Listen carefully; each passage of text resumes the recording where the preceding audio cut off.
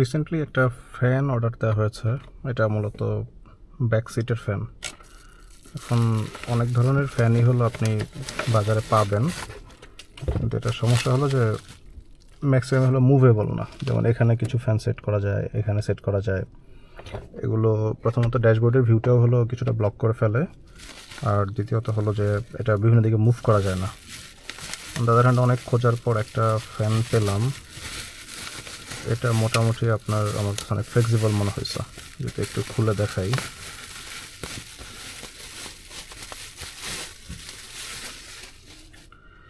এই হলো ফ্যানটা। এটা ডাবল হেড ফ্যান লিখে আপনারা বিভিন্ন জায়গায় সার্চ দিলে পাবেন। মূলত এটা আলি এক্সপ্রেস থেকে কালেক্ট করা। রিসেন্টলি দেখলাম যে আপনার দারাজেও হলো পাওয়া যাচ্ছে। So it's a good product. এটা যদি আমরা ব্যাক সিটে হলো প্লেস করি, এটা বিভিন্ন দিকে মুভ করা যায়। তার আগে একটু কানেকশনটা দেখি।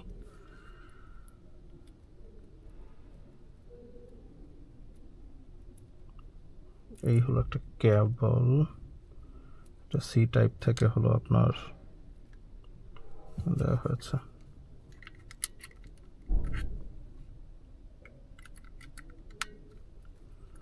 সো এটা এখানে যে সিগারেট পোর্ট থাকে ওইটার সাথে অ্যাডাপ্টার দিয়ে দেওয়া যাবে আর কি। রাইট নাও যেহেতু আমার অ্যাডাপ্টার নাই, আমি একটু দেখি এই প্লেয়ারটার সাথে কানেক্ট করে হলো দেওয়া যায় কিনা। গাড়িটা একটু সুইচ দেই।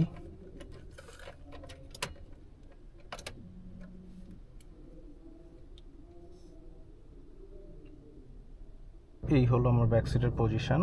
এখন যদি এটাকে জাস্ট এই যে এখানে ক্লিপ আছে, এটা এরকম চাপ দিলে এটা কম বেশি করা যায়। এটা ক্লিপটা দিয়ে এটা এখানে সেট করে দিলে এটা সুন্দর এখানে অ্যাটাচ হয়ে যাবে।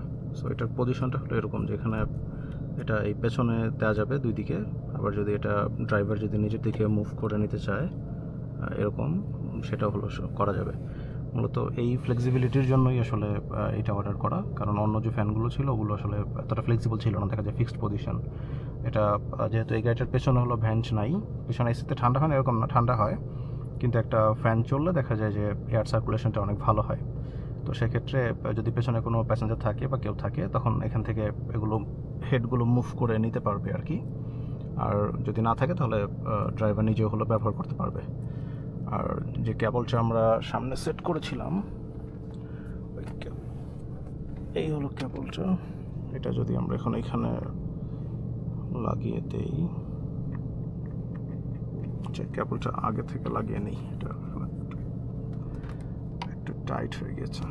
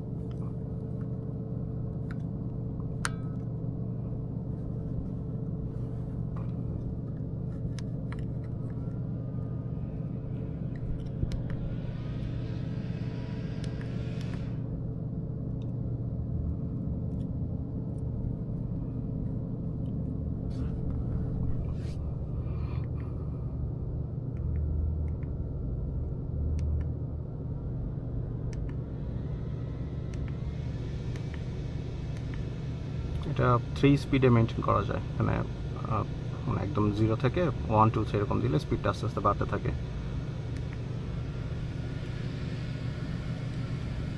তো এখন এটা সিটিং পজিশন থাকলে এই গাড়িটার ভিতরে কিন্তু ভালোই স্পেস আছে। এখান থেকে দেখেন ভালো, সেখানে সিটে বসে থেকেও এটা ভালো বাতাস আসতেছে। তো সেক্ষেত্রে মানে যখন এসিটা চলবে, এটা বাতাসটা আসলে আরও ভালো সার্কুলেট হবে, কারণ গাড়িটার ভিতরে এখন এসি চলছে না। সো তখন দেখা যাবে যে গাড়িটা হলো ঠান্ডা থাকবে, আর ঠান্ডা থাকার ফলে দেখা যাবে যে বাতাসটা হলো আরও ভালো সার্কুলেট করবে। মূলত এসির বাতাসটা যাতে ব্যাক সিটে ভালো মতো সার্কুলেট করে, এই এয়ার সার্কুলেশনের জন্যই হলো এই ফ্যানটা কেনা আর কি। তো আমার কাছে বাজারে যত ধরনের ফ্যান আছে গাড়িতে ইনস্টল করার মতো, এটাকে আমার সব থেকে স্মার্ট মনে হয়েছে আর কি। কারণ এটা রিপোজিশন করা যায় এবং হেডরেস্টের এখানে থাকে, আর সামনে ওই যেটা আছে আমার ড্যাশবোর্ডের জায়গাটা হলো ব্লক করছে না।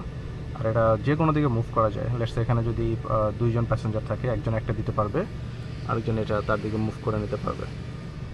আবার যদি কখনো এরকম প্যাসেঞ্জার নাও থাকে, এই দুইটা ফ্যানই কমপ্লিটলি হলো আপনার সামনে যে ড্রাইভার আছে, ড্রাইভার এরকম দিয়ে রাখতে পারবে। অনেক সময় দেখা যায় যে যেহেতু এটা সিট ভেন্টিলেটেড কার না, দেখা যায় হলো পেছনে হলো সোয়েটিং হয়, মানে যে আমার পেছনে, সেক্ষেত্রে এটা ভালো হেল্প করতে পারে। সেক্ষেত্রে প্রোডাক্টটা আসলে অনেক খুঁজে আর কি এটা পেয়েছি।